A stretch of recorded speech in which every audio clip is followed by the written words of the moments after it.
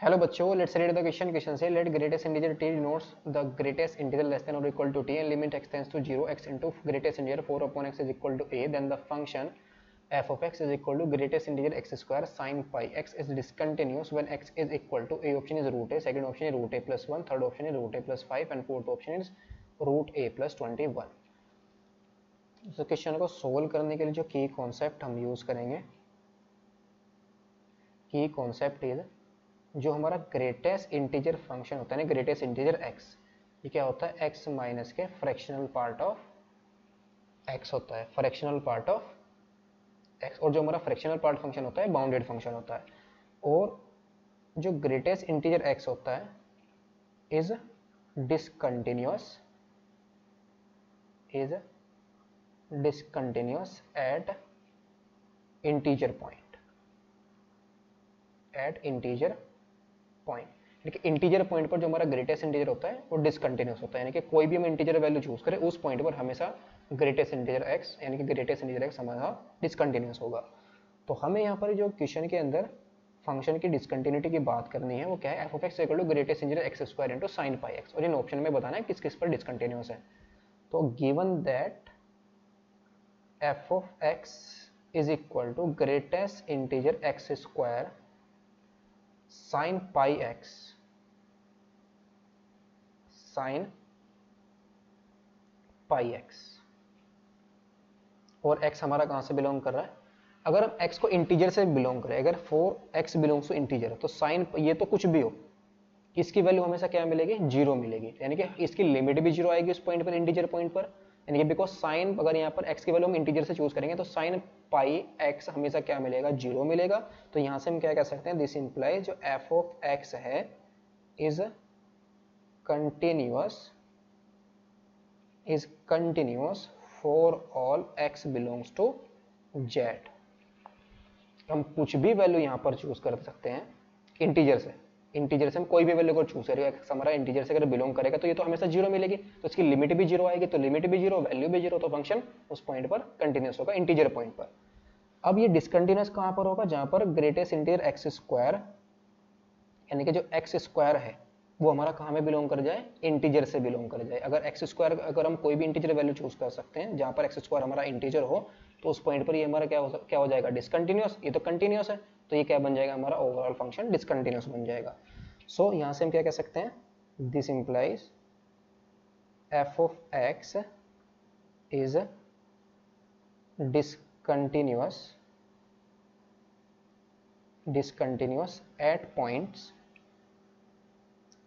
points where जो greatest integer x square है discontinuous होगा, इज डिसकंटिन्यूअस, जहां पर हमारा greatest integer x square discontinuous होगा, दैट इज जो एक्स स्क्वायर है वो हमारा कहाँ में बिलोंग कर रहा है, इंटीजर से बिलोंग कर रहा है। तो therefore point of discontinuity, point of discontinuity of f of x would be at x is equal to plus minus root 2, plus minus root 3, plus minus root 5, plus minus root 7 and so on। In point पर ये हमेशा function क्या होगा, हमारा discontinuous होगा। लेकिन हमें तो चेक कहां पर करना है, रूट ए प्लस 1, रूट ए प्लस 5, रूट ए प्लस 21। तो इनमें से जो भी हमारा परफेक्ट स्क्वायर नहीं बनेगा उस पॉइंट पर डिसकंटिन्यूअस हो जाएगा। तो ए हमें यहां से मिलेगा, तो ए के लिए कंडीशन हमें उसने क्या गिवन है, now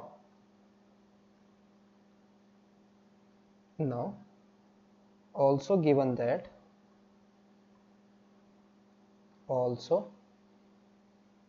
given that limit x tends to 0 x into greatest integer 4 upon x is equal to a के इक्वल गिवन है।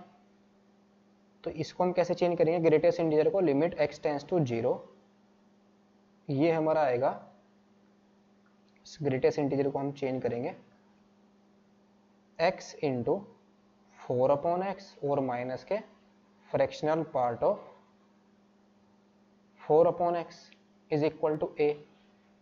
तो ये हमारा कितना आएगा, लिमिट x टेंस टू 0, ये तो x से तो x कैंसिल आउट हो जाएगा, तो ये आएगा 4 माइनस के x into fractional part of 4/x is equal to a आ जाएगा। ये तो कांस्टेंट है 4, तो लिमिट 4 माइनस के limit x tends to 0 x into greatest integer 4/x is equal to a। x tends to 0 पर x हमारा कहाँ पर टेंड कर रहा है, 0 पर। जो फ्रैक्शनल पार्ट होता है हमारा बाउंडेड फंक्शन होता है, तो ये लिमिट हमारे पास क्या आ जाएगी, 0 के इक्वल आ जाएगी। तो 4 minus 0 is equal to a।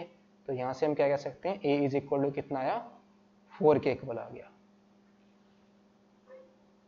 So a की वैल्यू हमारी कितनी आई, 4। तो ऑप्शन के अंदर अब हमें पता है कि जो हमारा फंक्शन है वो कहाँ पर डिस्कंटिन्यूस होता है, या तो वो √2 पर डिस्कंटिन्यूस होगा प्लस माइनस √2 पर, या प्लस माइनस √3, या प्लस माइनस √5, या plus minus √7। So first option हमारा क्या है, √a। तो √a की वैल्यू कितना आएगा, √a इज इक्वल टू आ जाएगा √4, और √4 की वैल्यू कितनी आएगी हमारे पास, 2 आ जाएगी। तो ये इसके लिए तो हमारा फंक्शन क्या होगा, कंटिन्यूस होगा, बिकॉज ये इंटीजर है। इंटीजर पर वैल्यू में क्या मिल जाएगी, लिमिट भी 0 मिलेगी और फंक्शन की वैल्यू भी 0 आ जाएगी।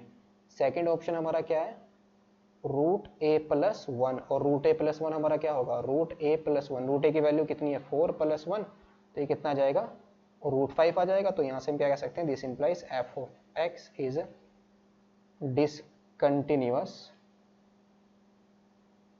Discontinuous at √a+1। Third option हमारा क्या है, थर्ड ऑप्शन है √a+5, √a+21। √a+5 की वैल्यू 4+5, ये कितना आ जाएगा, 9, और 9 का रूट कितना आ जाएगा, 3। तो इस पर ही कंटिन्यूस, बिकॉज इंटीजर है। और 4 हमारा कितना आ जाएगा, √a+21। तो इसकी वैल्यू कितनी आ जाएगी, 4+21, 4+21, तो 25 आएगा। 25 का रूट हमारा कितना आ जाएगा, 5, ये भी इंटीजर है। तो यहाँ पर भी फंक्शन हमारा क्या होगा, कंटिन्यूस होगा, बिकॉज इन इंटीजर पॉइंट्स पर हमारा फंक्शन क्या था, कंटिन्यूस था, बिकॉज लिमिट भी 0 और वैल्यू भी 0, सिर्फ डिसकंटिन्यूस इन पॉइंट पर था। तो कौन सा ऑप्शन इसके लिए करेक्ट होगा, हमें तो पॉइंट कौन सा फाइंड आउट करना था जहाँ पर डिसकंटिन्यूस था हमारा फंक्शन। तो इसके लिए कौन सा ऑप्शन करेक्ट हुआ, a की वैल्यू हमारे पास 4 आई थी, तो √5 के लिए हमारा फंक्शन डिसकंटिन्यूस आया था। तो कौन सा ऑप्शन था वो, सेकेंड ऑप्शन। तो इसके लिए जो ऑप्शन करेक्ट होगा वो होगा second option is the correct option. Hope you understood it well, best of luck, thank you.